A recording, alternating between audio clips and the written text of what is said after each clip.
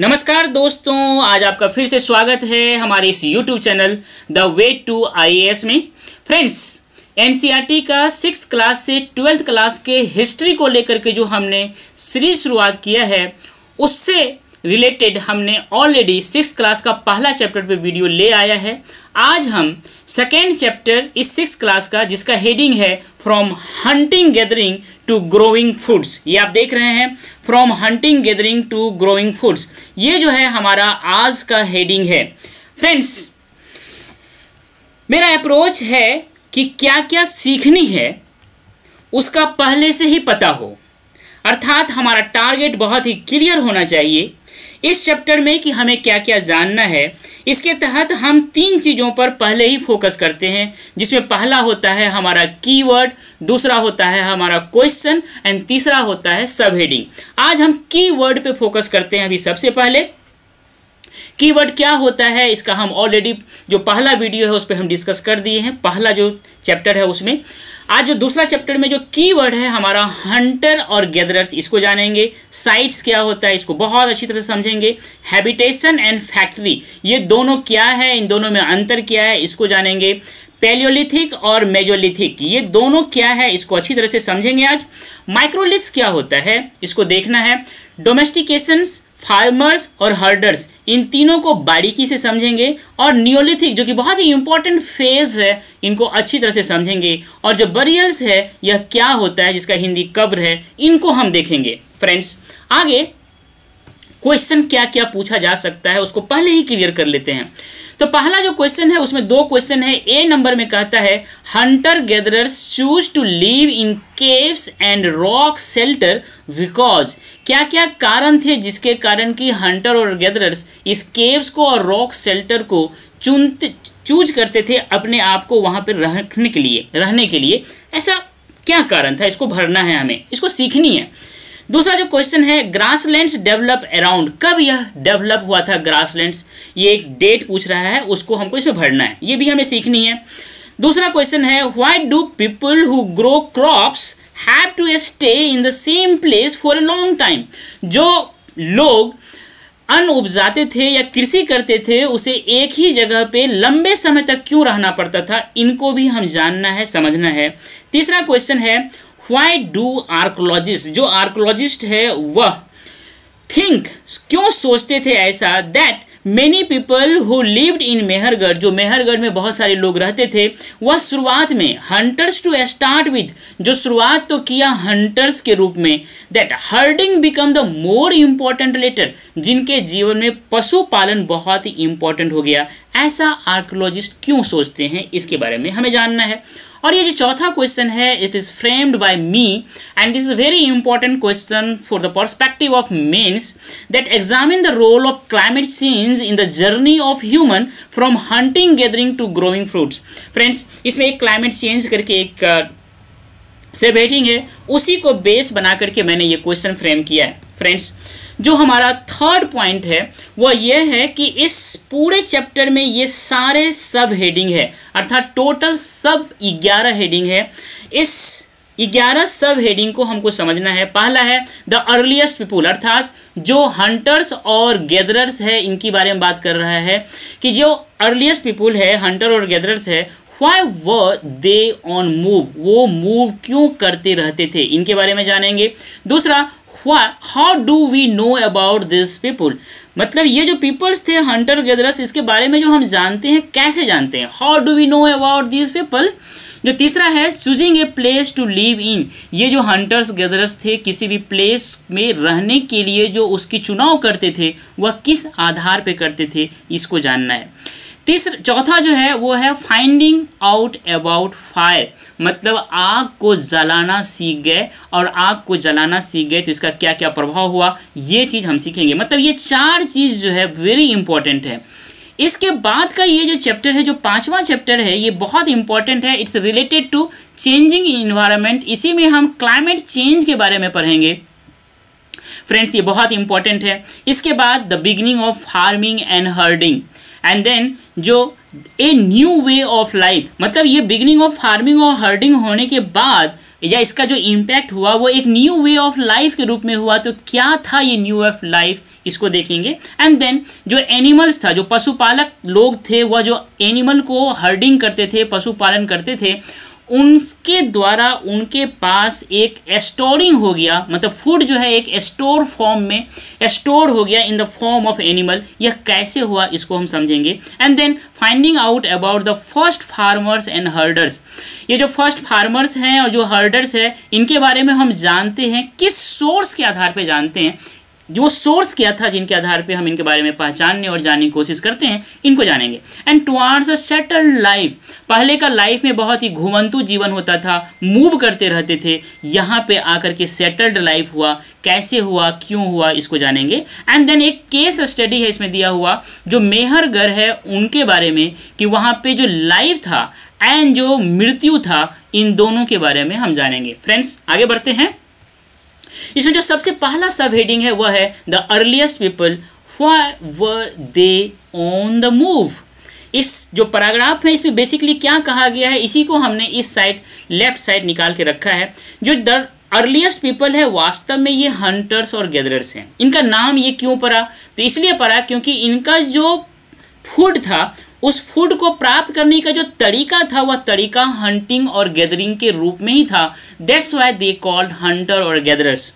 इनका जो शुरुआत है, इनका जो समय है, यह वह 2 मिलियन ईयर्स एगो था। 2 मिलियंस मतलब 20 लाख साल पहले इसकी शुरुआत हुई थी।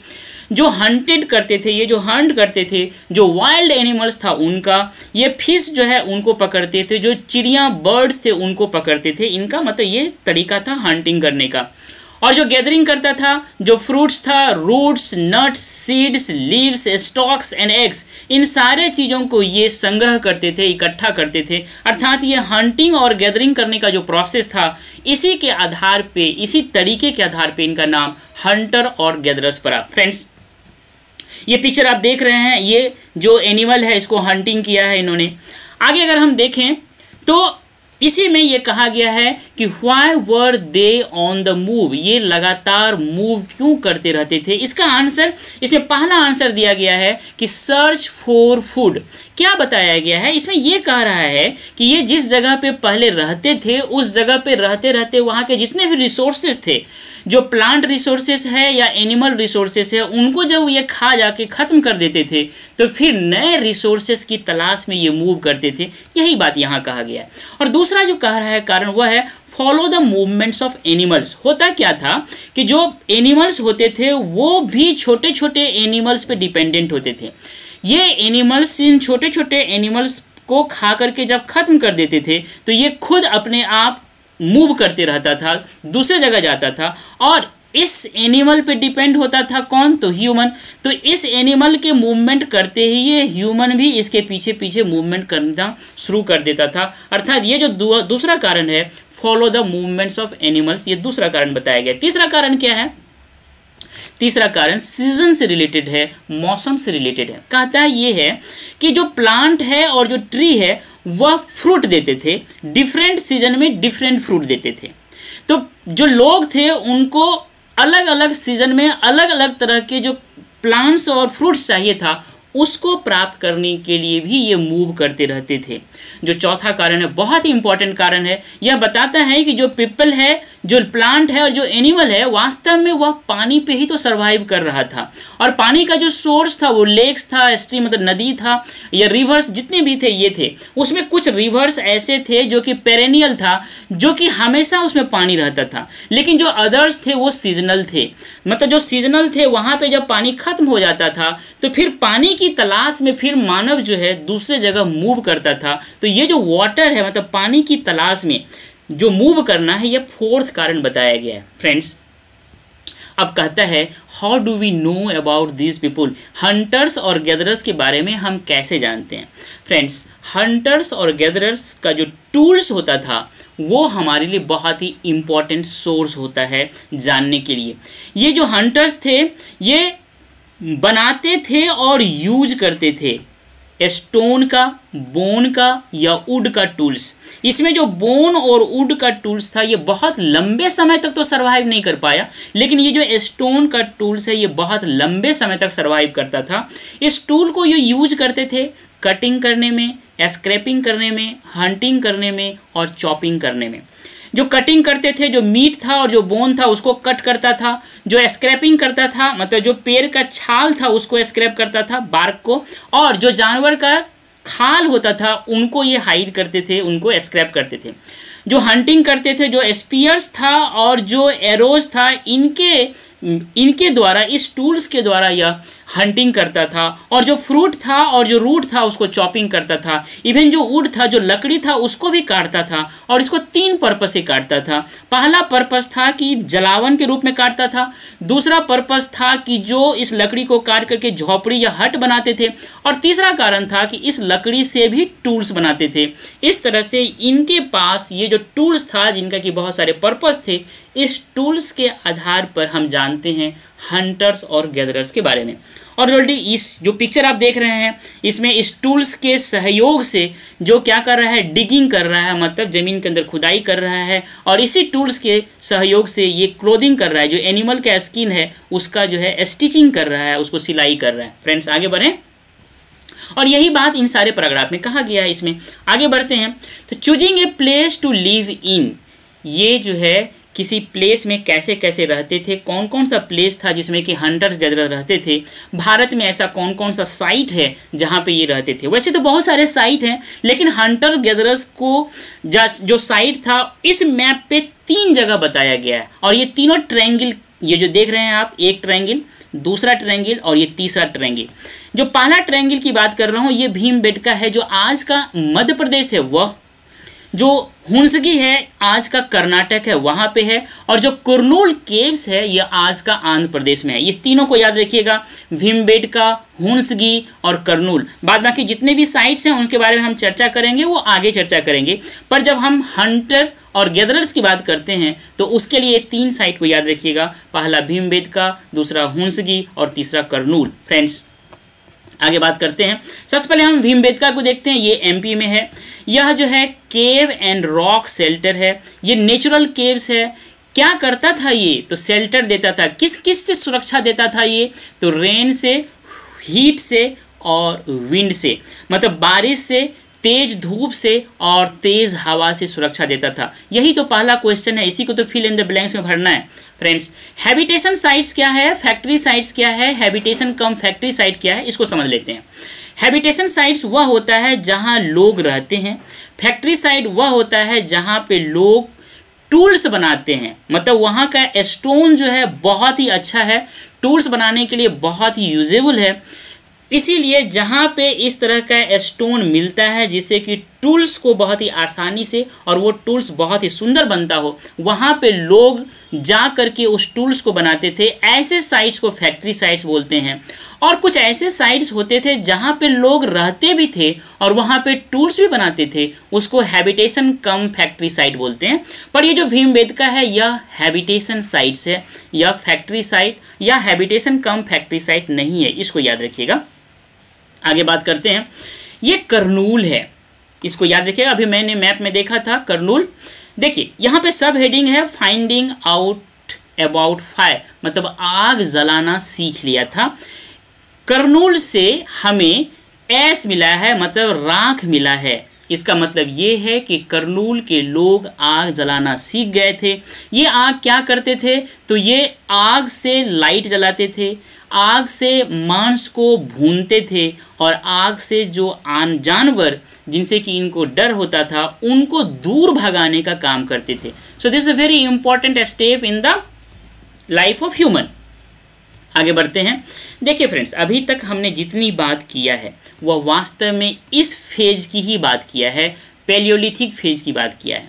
अब इसको समझते हैं कि ये पैलियोलिथिक क्या होता है, मेजोलिथिक क्या होता है और नियोलिथिक क्या होता है। पैलियोलिथिक का मतलब होता है, पैलियो का मतलब ही होता है ओल्ड और लिथोस का मतलब होता है स्टोन, मतलब ऐसा टूल्स जो पुराने स्टोन्स का बना हुआ है। इसका साइज बहुत बड़ा होता है, बहुत ही रफ होता है ना। ऐसे टूल्स जो कि इस तरह का हो, उस टूल्स के आधार पे जो हम मानव, जो हंटर्स गैदरर्स है, उनको जो पहचानते हैं, वो सारे लोग पैलियोलिथिक फेज के कहलाते हैं। और इस फेज की शुरुआत 2 मिलियन ईयर्स एगो हुआ था, मतलब 20 लाख साल पहले हुआ। और इसका फेज कब तक चला? तो 12,000 साल पहले तक चला। अर्थात मानव का जो जीवन है उसका लगभग 99% जो पार्ट है वह पैलियोलिथिक फेज के अंतर्गत ही आता है। पैलियोलिथिक फेज को 3 भागों में बांटा गया है, lower Palaeolithic, middle Palaeolithic and upper Palaeolithic. इसकी चर्चा अभी हम डिटेल में नहीं करेंगे, इतना ही जान लीजिए। पैलियोलिथिक फेज के बाद मेजोलिथिक फेज आया। वास्तव में मेजोलिथिक फेज की शुरुआत तब हुआ जब चेंज इन इन्वायरमेंट हुआ। क्या हुआ था यहाँ पे? वास्तव में जो इन्वायरमेंट है वह वार्म होना शुरू हो गया था। यहाँ से मेजोलिथिक पीरियड की शुरुआत होती है। इन्वायरमेंट जो वार्म होना शुरू हुआ वह लगभग 12,000 साल पहले शुरुआत हुआ था। और इस मेजोलिथिक जो फेज है यह 12,000 से लेकर के 10,000 साल पहले तक यह जो फेज है यह मेजोलिथिक फेज है। इस समय का जो टूल्स है, जो स्टोन टूल्स है, वह बहुत ही माइक्रोलिथिक्स कहलाता है, मतलब ये बहुत ही टीनी थे। क्यों इसको माइक्रोलिथिक कहते हैं, माइक्रोलिथिक कहते हैं, इसके बारे में ये बताया गया है। क्योंकि इसका जो स्टोन टूल्स है, ये जो इस फेज में पाया गया है वह बहुत ही टीनी है। जनरली ये बहुत ही छोटे छोटे साइज के हैं, इसीलिए इसको माइक्रोलिथ्स कहा गया। और ये तो जानते हैं आप, माइक्रोलिथ्स एक कीवर्ड का टर्म है। जो नियोलिथिक फेज है इसकी शुरुआत लगभग 10,000 साल पहले हुआ है। यही बात इस बॉक्स में कहा गया है। फ्रेंड्स आगे बढ़ते हैं। अब जो है वो है ए चेंज इन इन्वायरमेंट। फ्रेंड्स 12,000 साल पहले इन्वायरमेंट में चेंज होना शुरुआत हुआ था। तो क्या हुआ था? वास्तव में क्लाइमेट चेंज हुआ था। किस तरह से? तो जो क्लाइमेट है वो रिलेटिवली वार्म हो गया था, रिलेटिवली गर्म हो गया था, पहले की तुलना में ज़्यादा गर्म हो गया था। तो क्या होगा, इसका इम्पैक्ट क्या होगा? ये देखिए, ये पिक्चर में आपको दिख रहा है, ये आइस है, मतलब बर्फ़ है। जैसे ही क्लाइमेट गर्म होगा तो बर्फ़ क्या होगा, ये पिघलना शुरू हो जाएगा। पिघलेगा तो ये पानी बनेगा, और जिस जगह पे बर्फ़ होगा वह जगह खाली होगा। अर्थात अब यह जगह पूरा खाली हो गया। यह भूभाग जो है बिल्कुल, यहाँ पे लैंड है, यहाँ पे बर्फ नहीं है। अब इस लैंड पे डेवलप करेगा ग्रास, और then it's called grassland. यह जगह अब ग्रास लैंड हो गया। मतलब क्लाइमेट चेंज होने के कारण यह आइस खत्म हुआ, ग्रास लैंड जो है वह डेवलप हुआ। जैसे ही ग्रास लैंड डेवलप होगा, इस ग्रास के कारण, इस ग्रास पे जो डिपेंड करने वाले एनिमल्स हैं वह भी यहाँ पे आएंगे, और इनका भी नंबर इंक्रीज करता जाएगा। ये बहुत ही लॉजिकल है, बहुत ही साइंटिफिक है। फ्रेंड्स ये सारी घटनाएं 12,000 साल पहले शुरुआत हो गया था। ये आप पिक्चर देख रहे हैं, ये ग्रास है, और इस ग्रास पे डिपेंडेंट जो ये एनिमल है यह है। फ्रेंड्स आगे बढ़ते हैं। ये जो चेंजिंग इन्वायरमेंट हुआ, इसके कारण ये सारे जो एनिमल्स की संख्या में वृद्धि हुई। उसके बाद जो लोग हैं वो स्टार्ट कर दिया ऑब्जर्विंग करना, और साथ ही साथ लर्निंग करना शुरू कर दिया। किस चीज़ के बारे में?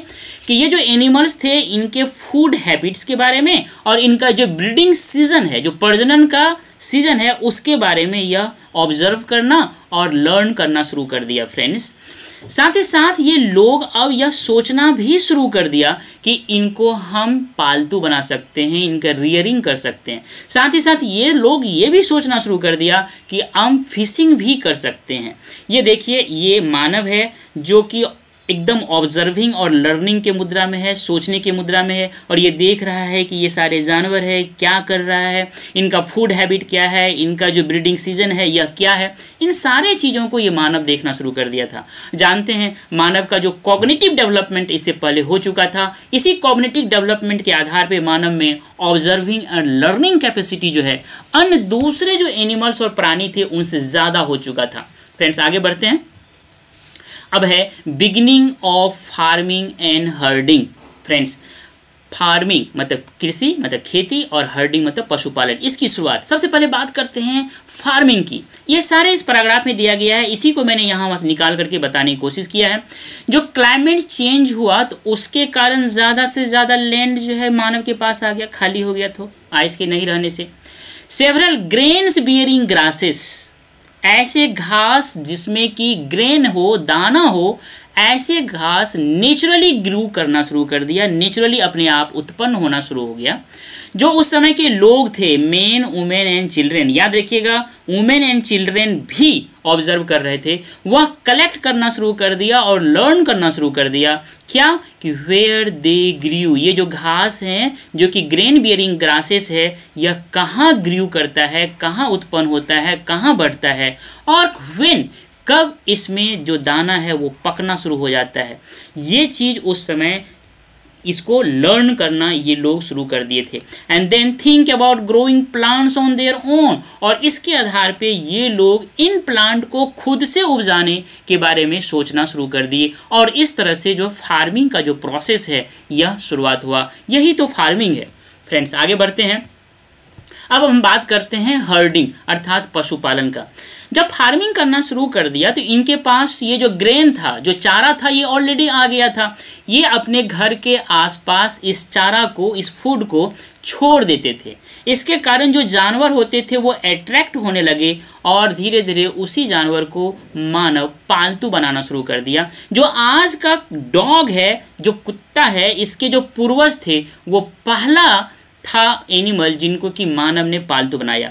साथ ही साथ जो अदर रिलेटिवली जेंटल एनिमल थे, जो कि बुद्धि थे जिस एनिमल में, जैसे कि सीप हो गया, गॉट हो गया, कैटल हो गया, पीग हो गया, जो कि ग्रास खाते थे, ऐसे जानवर को भी मानव ने पालतू बनाना शुरू कर दिया।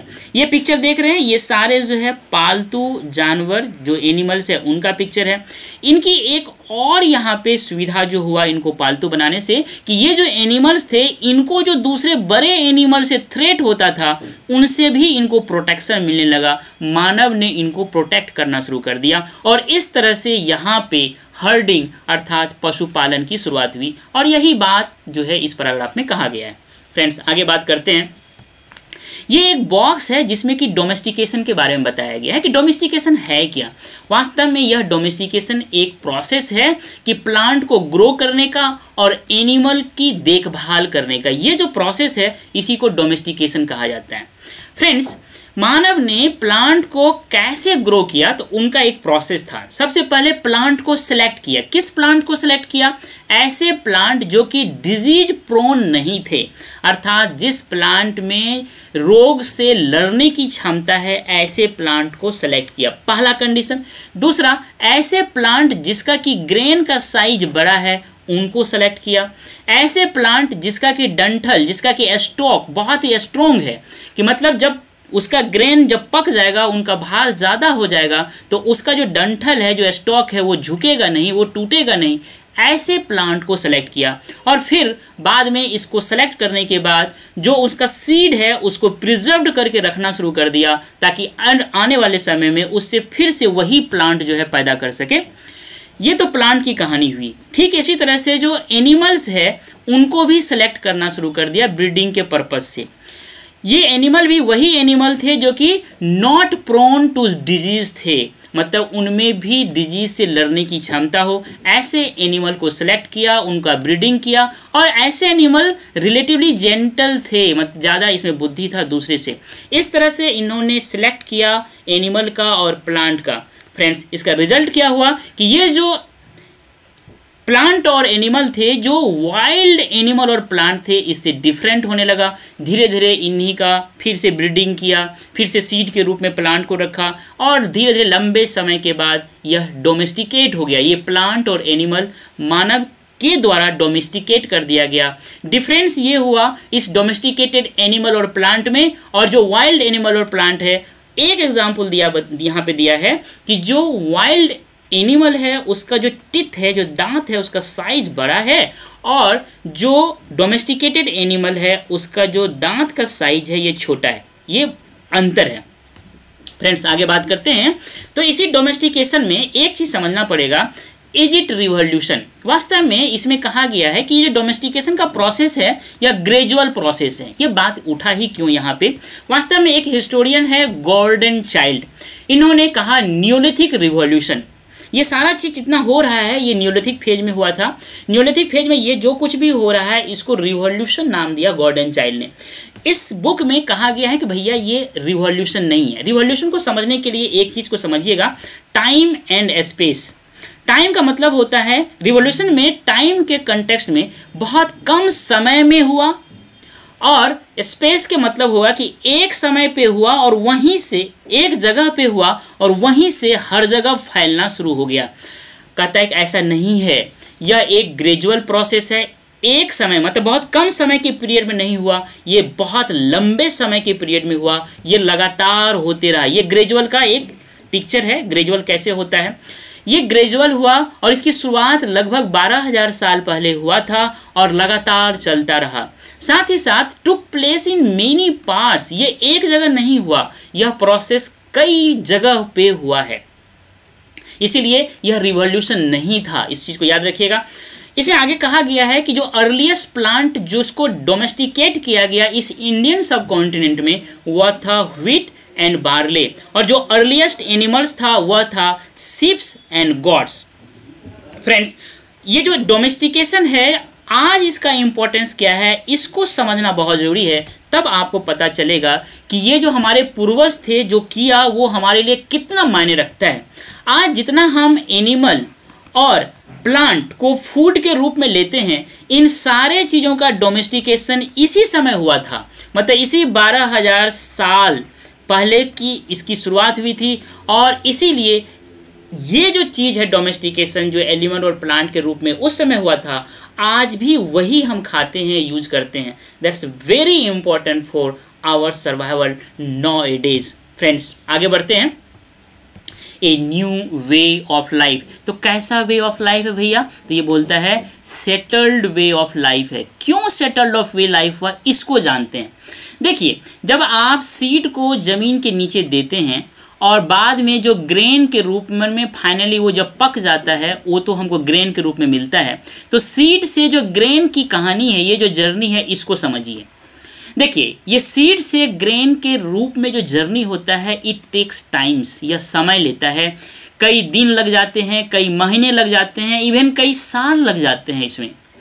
Had to stay in the same place, अगर इतने समय लगते हैं सीड जमीन में, सीड को बोने से लेकर के फसल जब पक जाता है तब काटने तक, तो आपको स्टे करना पड़ता है उसी प्लेस पे जहां आपने उस बीज को धरती में बोया है।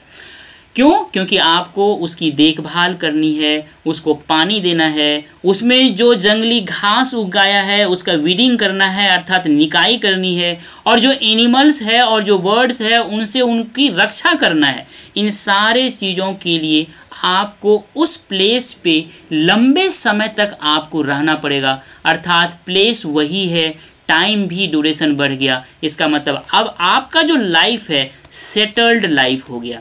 पहले आप मूव करते रहते थे, लेकिन अब मानव का जीवन सेटल्ड लाइफ हो गया, अर्थात क्लाइमेट चेंज का जो इम्पैक्ट हुआ वह फाइनली सेटल्ड लाइफ के रूप में हुआ। फ्रेंड्स, आगे बढ़ते हैं। जब आपने फसल उपजाना शुरू कर दिया, कृषि करना शुरू कर दिया, तो आपको ज़रूरत पड़ी स्टोरिंग की, भंडारण करने की। जो ग्रेन्स है उनको भंडार करके रखना है, स्टोर करके रखना है। किस चीज़ के लिए? तो फूड के लिए, भोजन के लिए, और फिर से अगले साल उसी को सीड के रूप में यूज करने के लिए उसको स्टोर करना बहुत ही आवश्यक हो गया। फिर स्टोर कैसे करें? तो स्टोर करने के लिए हमें पोट्स मतलब बर्तन की आवश्यकता है। जो बास्केट्स है उसको बुनने की ज़रूरत है, टोकरी बुनने की ज़रूरत है। या कभी कभी ऐसा भी करता था कि ये जो फूड है, जो ग्रेन है, इसको ज़मीन के नीचे खुदाई कर करके उसको रख देता था। इस तरह से स्टोर किया जाता था। फ्रेंड्स, ये पिक्चर देख रहा है, ये जो बर्तन है, और दूसरा ये जो है इसमें कुछ दिया गया है कि कैसे एज ए सीड यूज करता था, एज ए फूड यूज करता था, एज ए गिफ्ट यूज करता था, स्टोर फॉर फूड यूज करता था। फ्रेंड्स, आगे बढ़ते हैं। अब कहता है स्टोरिंग एनिमल्स। देखिए, एनिमल्स को जो है पालतू तो करना शुरू ही कर दिया था, तो पर ये एनिमल्स जो पालतू हो चुका है वह किस तरह से हमारे लिए एक फूड जो स्टोर के रूप में हमारे लिए है वह कैसे है उसको देखता है। कहता है कि जो एनिमल है वो नेचुरली बहुत तेज़ी से मल्टीप्लाई करता था। पहला दूसरा, यह एनिमल्स जब बच्चे देते थे तो वह दूध भी देते थे, तो यह दूध जो है हमारे लिए इम्पोर्टेंट सोर्स ऑफ फूड होता था। साथ ही साथ जब भी मानव को ज़रूरत होता था तो वह इस जानवर को मार करके खा भी लेता था। अर्थात इस दोनों चीज़ों के आधार पे हम कह सकते हैं कि यह एनिमल्स मानव के लिए, ये जो पशुपालन होता था, जो पालतू जानवर होते थे, मानव के लिए एक स्टोर्ड फूड के रूप में होता था। फ्रेंड्स, ये देख रहे हैं आप, ये स्टोर्ड फूड है मानव के लिए। आगे बढ़ते हैं। अब बात करता है कि finding out about the first farmers and herders.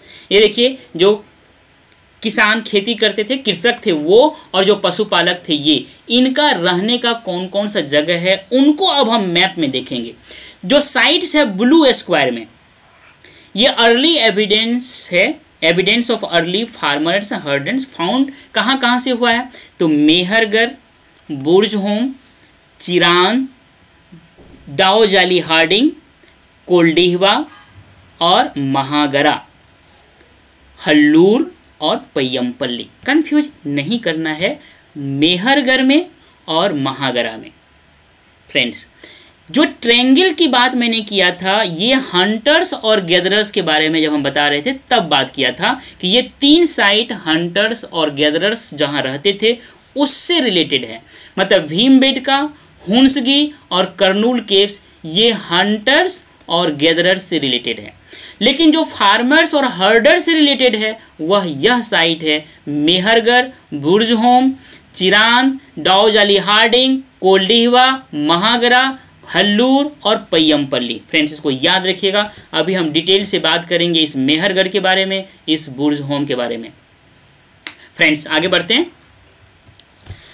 Finding out about the first farmers and herders, कहता है कि इनके बारे में हम कैसे फाइंड आउट करते हैं, क्या सोर्स है हमारा। कहता है कि जो साइंटिस्ट है वह कुछ एविडेंस जो हमको मिलता है उनका स्टडी करता है।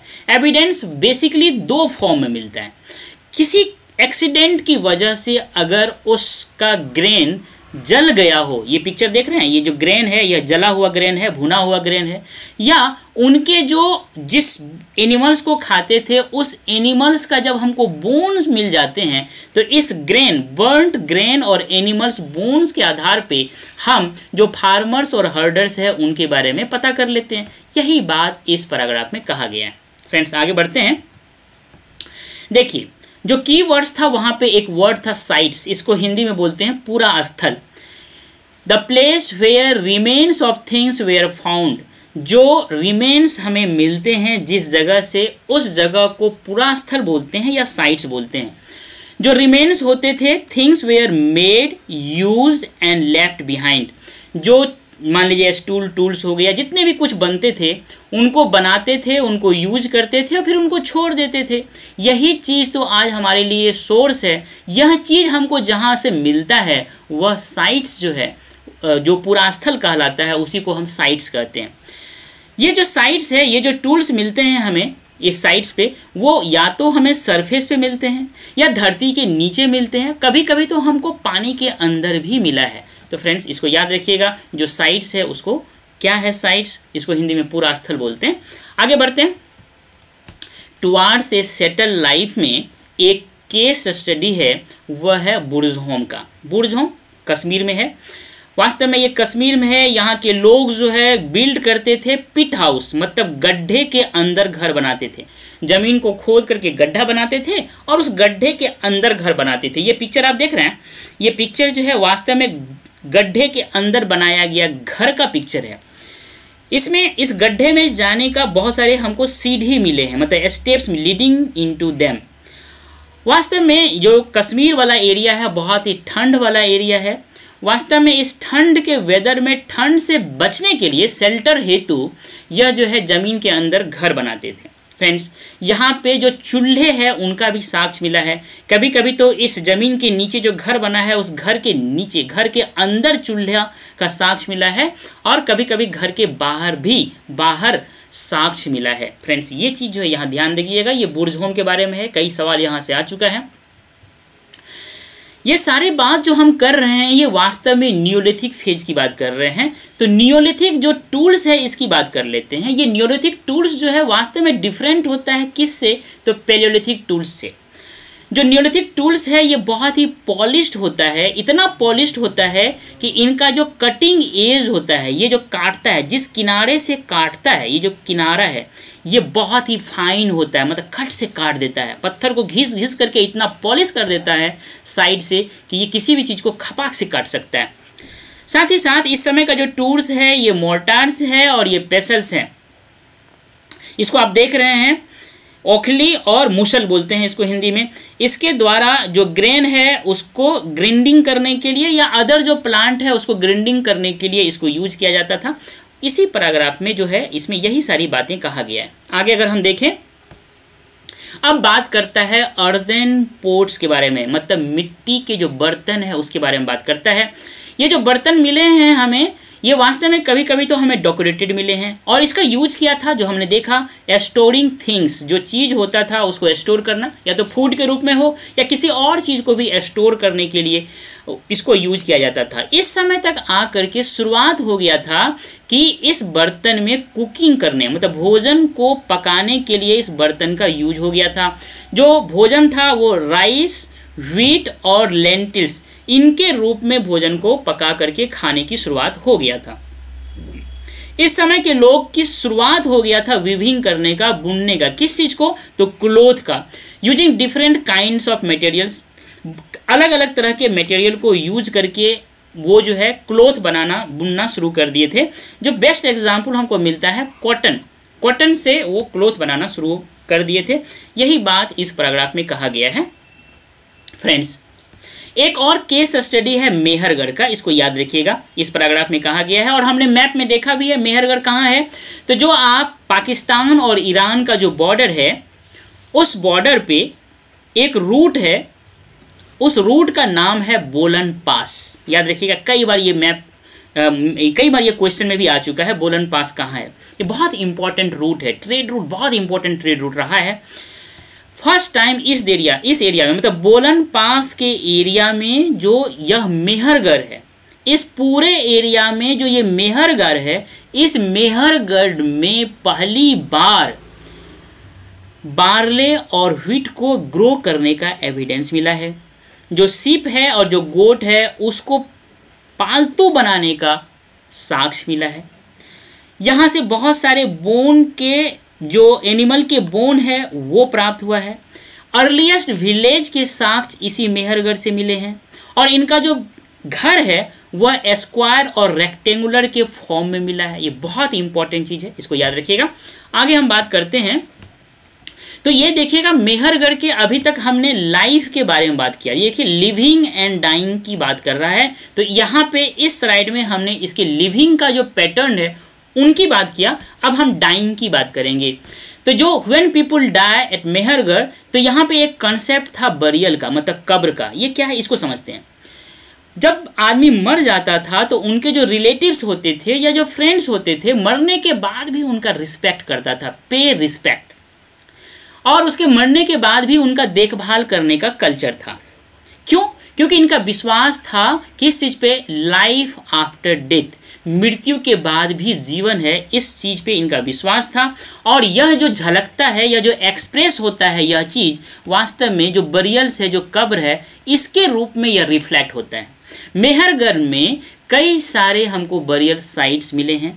एक साइट्स तो ऐसा मिला है हमको बरियल साइट्स जिसमें कि गोट, मतलब बकरा मिला है। ये देख रहे हैं, ये मेहरगढ़ का ही एविडेंस है, ये आदमी है और ये बकरा वाला बकरा का एविडेंस है। फ्रेंड्स, आगे देखते हैं बरियल क्या होता है, इसको एक बार डिटेल से समझ लेते हैं। वास्तव में यह एक मेथड है जिसके द्वारा कि जो डेड बॉडी है उसको ग्राउंड में, मतलब ज़मीन के अंदर रखने का एक मेथड है। समटाइम्स इसके साथ साथ किसी किसी ऑब्जेक्ट्स को भी रख दिया जाता था, जैसे कि आप देख रहे हैं इससे पहले वाले स्लाइड में मैंने दिखाया आपको कि किस तरह से गोट्स को रख दिया गया था मानव के साथ, और इसमें देख रहे हैं बहुत सारे ये आभूषण जो है गोट्स के साथ, मानव के साथ रख दिया गया है। ये जो बरियल है often seem as a indicating respect for the dead. जो आदमी मर जाता है उसके लिए एक तरह से रिस्पेक्ट को एक्सप्रेस करने का जो मैकेनिज्म है, जो मेथड है, वह यह बरियल्स है। In many cultures it has been seen as necessary step for the deceased to enter the afterlife. मतलब ये जो जीवन था, जिस जीवन को समाप्त हुआ उसका मृत्यु के बाद, उस जीवन के बाद का जो उनका लाइफ चलेगा उसमें एंट्री करने के लिए यह जो स्टेप्स है ये बहुत ही इम्पॉर्टेंट स्टेप्स माना जाता है कई कल्चर में, खास करके भारतीय कल्चर में तो ये बहुत ही इम्पॉर्टेंट माना जाता है। फ्रेंड्स आगे बढ़ते हैं। ये देखिए एक बॉक्स है जिसमें कि रॉक पेंटिंग की बात किया गया है। इसकी खासियत सिर्फ ये है कि इसमें बोला है कि ये जो रॉक पेंटिंग है, ये जो बनाया गया है, ये इसमें बहुत ही ग्रेट एक्यूरेसी है और बहुत ही ग्रेट स्किल के साथ बनाया गया है। ये इस तरह के बहुत सारे रॉक पेंटिंग हमें मध्य प्रदेश और साउथर्न उत्तर प्रदेश में मिला है, इतना याद रखिएगा। ये देखिए इस बॉक्स में कुछ इंपॉर्टेंट डेट्स दिया गया है। कौन सा डेट्स है? जो मेजोलिथिक पीरियड है, इसका क्या पीरियड है? तो 12,000 साल से लेकर के 10,000 साल का जो बीच का पीरियड है यह मेजोलिथिक पीरियड का है, फेज का है। जो बिगिनिंग ऑफ डोमेस्टिकेशन कब शुरुआत हुआ है? तो 12,000 साल पहले डोमेस्टिकेशन की शुरुआत हुआ है। Beginning of settlement at Mehrgarh में कब शुरुआत हुआ है सेटलमेंट का? तो 8,000 साल पहले शुरुआत हुआ। और बिगिनिंग ऑफ न्यूलिथिक कब हुआ? तो यह वास्तव में 10,000 साल पहले, मतलब आज से 10,000 साल पहले बिगिनिंग ऑफ न्यूलिथिक हुआ। फ्रेंड्स आगे बढ़ते हैं। देखिए एक चीज़ यहाँ पे एल्सवियर करके दिया रहता है एनसीईआरटी में, उसमें एक तुर्की है, तुर्की में एक जगह है जिसका नाम है कटलह्युक। इस प्लेस का खासियत ये है कि यहाँ पे बहुत सारे चीज़ मिले हैं। इससे सबसे बड़ी विशेषता यहाँ है कि इसमें वो चीज़ भी मिला है जो कि उस पर्टिकुलर लोकेशन पे अवेलेबल नहीं था। दूर दूर से, ग्रेट डिस्टेंस से उसको लाया गया है। यह शो करता है कि उस समय में ट्रेड की शुरुआत हो गया था। ये बात इसको ध्यान में रखना बहुत ज़रूरी है, ट्रेड की शुरुआत उस समय हो गया था। आगे बात करते हैं। तो इस तरह से फ्रेंड्स जो हमने इस चैप्टर में देखा कि इन सारे की वर्ड्स को हमने देख लिया कि हंटर गैदरर्स क्या होता है, साइट्स क्या है, हैबिटेशन क्या है, फैक्ट्री क्या है, पैलियोलिथिक और मेजोलिथिक क्या है, इन दोनों को हमने देख लिया। दोनों का जो फेज है, जो एज है, वो देख लिया। माइक्रोलिथ्स क्या होता है? माइक्रोलिथ्स वास्तव में मेजोलिथिक से जुड़ा हुआ है, ये हमने देख लिया। डोमेस्टिकेशंस क्या है? क्लाइमेट चेंज हुआ था, उसके बाद जो है डोमेस्टिकेशन शुरुआत हुआ, इसको हमने देखा। फार्मर्स और हर्डर्स जो है वास्तव में जो क्लाइमेट चेंज हुआ है उसके बाद ये दोनों कंसेप्ट आए थे। न्यूलिथिक फेज, अर्थात ये तीनों जितने भी चीज़ हो रहे हैं ये न्यूलिथिक फेज में ही हो रहे हैं। इस न्यूलिथिक फेज का जो फेज एज है वो क्या है वो देखा। और जो बरियल्स है यह क्या होता है, कल्चर का किस तरह से यह पार्ट है, इस सब चीज़ को मैंने देखा। फ्रेंड्स अब ये सवाल है, इसको जवाब दे देते हैं। इसका जो आंसर होगा इसको आप अच्छी तरह से आंसर दे सकते हैं कि हंटर्स गैदरर्स जो किसी केव्स में या रॉक शेल्टर्स में रहते थे वो क्यों रहते थे? तो वास्तव में उसको धूप से, पानी से और हवा से बचना था। ये तीनों चीज़ भर दीजिएगा। ग्रासलैंड कब डेवलप हुआ? तो 12,000 साल पहले। लोग क्यों जो है जो क्रॉप उपजाते थे एक जगह पे रहने लगे लंबे समय तक? इसका आंसर क्या है भैया? रहेगा सीड से लेके ग्रेन तक जो समय लगता है उसकी देखभाल करनी है, घास हटानी है, जो जानवर है, जो बर्ड है उनसे रक्षा करनी है, इन सारे प्रोसेस में उसको वहाँ पे सेटल्ड करना है। सेटल्ड लाइफ शुरुआत हो गया। ये कहता है कि जो आर्कोलॉजिस्ट है वो क्यों ऐसा सोचता है कि जो मेहरगढ़ के लोग थे पहले तो स्टार्टिंग में हंटर्स थे, पर बाद में उनके जीवन में जो हर्डिंग है, जो पशुपालन है वो बहुत इंपॉर्टेंट हो गया, क्योंकि यहाँ से बहुत सारे साक्ष्य मिले हैं मेहरगढ़ से। और जो लास्ट का क्वेश्चन है, बहुत इंपॉर्टेंट क्वेश्चन है कि जो क्लाइमेट चेंज हुआ उसके कारण जो मानव का जर्नी है वह किस तरह से हंटिंग गैदरिंग से ग्रोइंग फूड की ओर गया, इसके बारे में आपको आंसर लिखना है, अपने कमेंट बॉक्स में आप दीजिएगा। फ्रेंड्स इस तरह से आपने इन सारे जो 11 है 11 सब हेडिंग को कवर कर लिया। Earliest people were why were they on the move, इसको देखा। क्यों? ये सारे आप जवाब दे सकते हैं, 4 कारण मैंने बता चुका है। How do we know about this people, इसके पास हमारे पास सोर्स हैं, इसके टूल्स के आधार पे। Choosing a place to live in, किस प्लेस को ये चूज करते थे रहने के लिए? तो हैबिटेशन साइट हो सकता था, यहीं पे हमने बताया था फैक्ट्री साइट भी होता है, और हैबिटेशन कम फैक्ट्री साइट होता है, ये सारा बता दिया। फाइंडिंग आउट, इनके बारे में हम कैसे finding out about the fire, जो फायर जो है उसको जलाना सीख गया था, उसका क्या इम्पैक्ट हुआ वो सारे बात कर लिया। इससे 3 फायदे हुए थे वो हमने डिस्कस कर लिया था। चेंजिंग इन्वायरमेंट, जो 12,000 साल पहले इन्वायरमेंट में चेंज हुआ, जो खास करके मेजोलिथिक पीरियड में शुरुआत हुआ था, इनकी बात हमने देखा। और इनका जो इम्पैक्ट हुआ कि beginning of farming and herding, ये हमने देख लिया। इसके साथ ही न्यू वे ऑफ लाइफ हुआ, कैसा? सेटल्ड वे ऑफ लाइफ शुरुआत हुआ, इनकी हमने चर्चा किया। जो एनिमल्स को पालतू बनाना शुरू किया वह वास्तव में एनिमल किस तरह से एक स्टोरिंग फूड था मानव के लिए, इसकी चर्चा हमने किया। Finding out about the first animal farmers and herders, जो फर्स्ट फार्मर्स और हर्डर्स है इनके बारे में जो जानने का सोर्स है, क्या क्या सोर्स है, साइंटिस्ट किस किस आधार पे इसके बारे में जानते हैं, उनके बारे में हमने चर्चा किया। टुवर्ड्स ए सेटल्ड लाइफ हुआ तो कैसे कैसे हुआ, इसका हमने केस स्टडी देखा था। और लास्ट में एक और केस स्टडी हमने देखा मेहरगढ़ के बारे में। यहाँ पे हमने बुर्ज होम के बारे में देखा था। मेहरगढ़ के बारे में हमने डिटेल में देखा कि मेहरगढ़ कहाँ है और यहाँ के क्या क्या जो लिविंग स्टाइल है वो कैसा है, जो डाइंग करता है, डाइंग करने के बाद जो कंसेप्ट है बरियल्स का वो क्या है, इन सारी चीज़ों को हमने बारीकी से, बहुत स्मूथली से और बहुत ही क्लियरिटी के साथ सारी चीज़ों को समझा। फ्रेंड्स, मुझे उम्मीद है कि आज का जो वीडियो है आपको बहुत ही अच्छा लगा होगा, इसीलिए आपसे हमारा ये हम्बल रिक्वेस्ट है कि हमारे इस चैनल को सब्सक्राइब करें, इस वीडियो को अपने दोस्तों के बीच शेयर करें, आप अपना वैल्यूएबल कमेंट दें और लाइक करें। थैंक यू फ्रेंड्स, मिलते हैं नेक्स्ट वीडियो में।